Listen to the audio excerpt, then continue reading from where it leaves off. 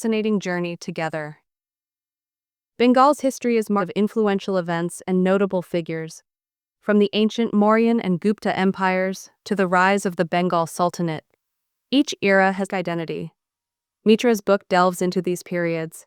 The colonial era brought significant changes to Bengal, emergence of a new socio-political landscape, with the Bengal Renaissance fostering cultural and intellectual fighters like Subhas Chandra Bose. The heritage of Bengal is a source of immense pride. From the elaborate Durga Puja celebrations to the soul-stirring Rabindra Sangeet, cultural expressions are diverse and vibrant. It's the contributions of literary giants like Rabindranath Tagore and contemporary artists, making it a rich cultural tapestry.